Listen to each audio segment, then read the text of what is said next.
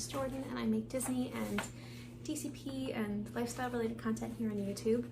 I'm also over on Instagram at jordan.lena if you follow me there. If you don't, go check me out. Shameless plug. Today's video is going to be interesting. I know there's a lot of CPs that are coming in very, very soon. And I've been here in Florida for about a year. And I've done many, many trips before then. So I like to think of myself as a little bit of an expert when it comes to life in Orlando things. Not quite an expert, but I definitely know and have learned a lot over the past year of living here. And I just kind of wanted to make a video to share and prepare newcomers for what life in Orlando is like. Just little things to avoid that really separate kind of tourists from people who do live here. So if that sounds like something you'd be interested in, if you're going to do this DCP for 2021 or a future program, definitely give this video a thumbs up and I hope you enjoy. So let's get into it. One of my biggest tips about living in Orlando is just to avoid I-4. We're just gonna start strong and say, avoid I-4 if it's at all possible. A lot of times it's not, but if you are driving in Florida, I-4 is terrifying. Drivers are crazy.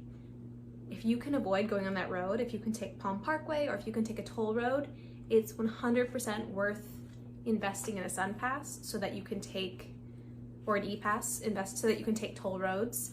Otherwise, make sure you're carrying change in your car because I-4 is, I think it's named one of the deadliest stretches of road in America. So it's terrifying how many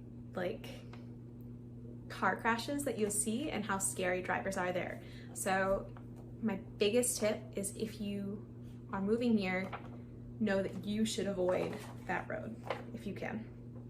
So I guess that also kind of covered another tip, which is an E-Pass or a Sun Pass are pretty necessary if you're going to go kind of anywhere. I know I still have some change in my car, but getting an E-Pass was a huge thing. You can go to Publix, they're like $5 for a little sticker.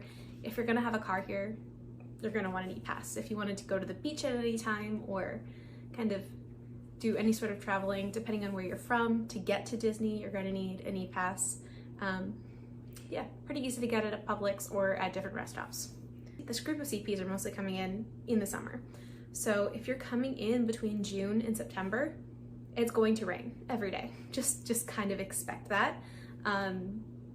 It will always rain in Florida between the hours of 1 and 4. They never last long. It's usually 30 to 45 minutes. But just know when you're living your day that you probably need to have a poncho or an umbrella at some point, and plan your day around that. I know that's usually the time if I'm doing a fuller day in the parks because I've got family in town. That is the kind of time that I like to go back to the hotel or come back to my apartment for a little bit just to unwind, shower, refresh myself, and wait out the rain, and then you hop back into the rest of your evening. So one of my other tips is, it's no secret that Florida is really hot, but I definitely recommend you put a stick of deodorant in your purse or in your car, or a little aerosol spray or something like that. Just have deodorant on you. You get really gross and stinky and you start to feel sweaty and gross, and natural deodorants don't really work down here super well in my experience. But also having a deodorant stick in your purse or in your park bag is especially good for my thicker thighed ladies, or boys too. But it really is good to stop chafing and kind of control the moisture down there. So definitely invest in a second stick of deodorant to kind of keep with you. So my next kind of thing I wish I knew, and this wasn't so much a problem in my building now because they actually treat our water, but I've stayed some places and I've got friends who do not have drinkable water. Florida water is notoriously very sulfuric, so I would find out pretty early on if your apartment or your hotel has decent water. I know for me, even if I don't like using bottled water, but if I have to do bottled water, the Zephyrillis brand I don't like because it tastes sulfury. So I would definitely recommend getting a Brita water filter, or they've got ones that go right on your faucet. And those are lifesavers, especially because Florida water can just be disgusting. This next one should kind of go without saying, but if you know absolutely nothing about Florida, you're gonna need sunscreen.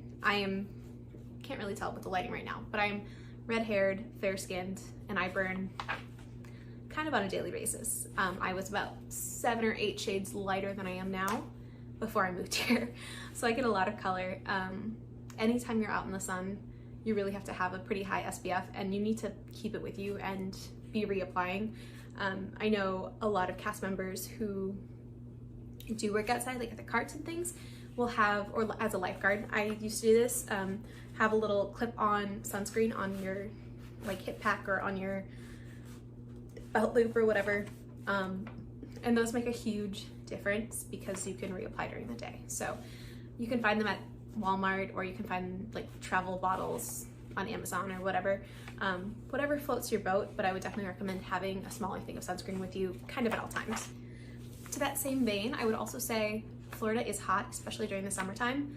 We probably only get like 2 months where I felt like I could actually wear sweaters and sweatshirts, and I really overpacked. Like in terms of my sweaters and sweatshirts, I think I probably wore 4 or 5 of them over the entire time that I was here.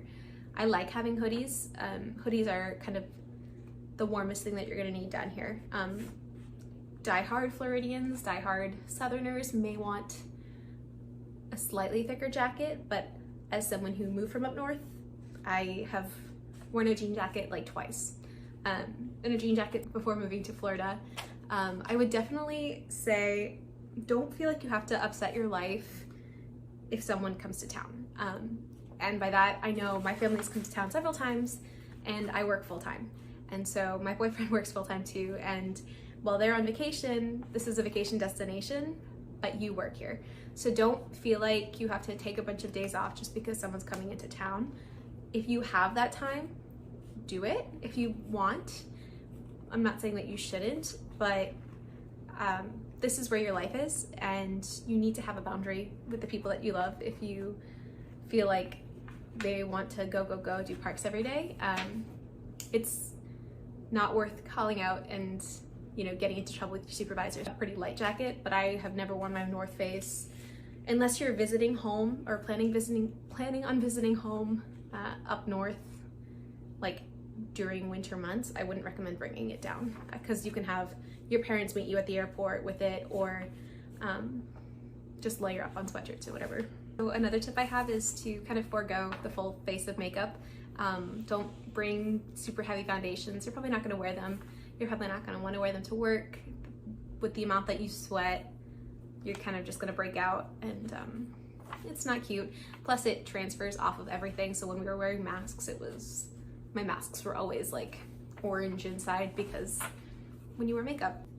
Just a couple more things, and this is especially for my ladies out there. Get over your aversion to shorts or t-shirts or strapless shirts kind of before you move down here. I know as women it's really easy to get insecure about the size of our arms or our cellulite on our legs and stuff, but at the end of the day it is a growing process. But if you are insecure in shorts, you're gonna feel miserable in pants. It is really hot and it's very humid, and if you're wearing pants, it just clings to your legs. So find skirts that make you pretty or shorts that flatter you, and just kind of find things that you feel comfortable in, because your comfort is going to be super important at the end of the day. Final thing that I would like people to know before moving to Florida: don't feel like you have to upset your life if someone comes to town. And by that, I know my family's come to town several times, and I work full-time. And so my boyfriend works full-time too, and while they're on vacation, this is a vacation destination, but you work here. So don't feel like you have to take a bunch of days off just because someone's coming into town. If you have that time, do it if you want. I'm not saying that you shouldn't, but this is where your life is, and you need to have a boundary with the people that you love. If you feel like they want to go do parks every day, it's not worth calling out and getting into trouble with your supervisors. Thank you so much for watching. I hope that these tips are things that are going to help you be less stressed before you move down here. I'm super excited to meet this next round of CPs, and I hope that this helps, future rounds of Florida movers, Orlando, people bound for Orlando. If this did help you, please don't forget to subscribe and hit the notification bell, and give the video a little thumbs up. Leave me a comment down below of any tips that you have, or things that you wish you knew before you moved down here, if you've already lived down here. Yeah. Thank you so much for watching, and I'll catch you in my next one. Bye.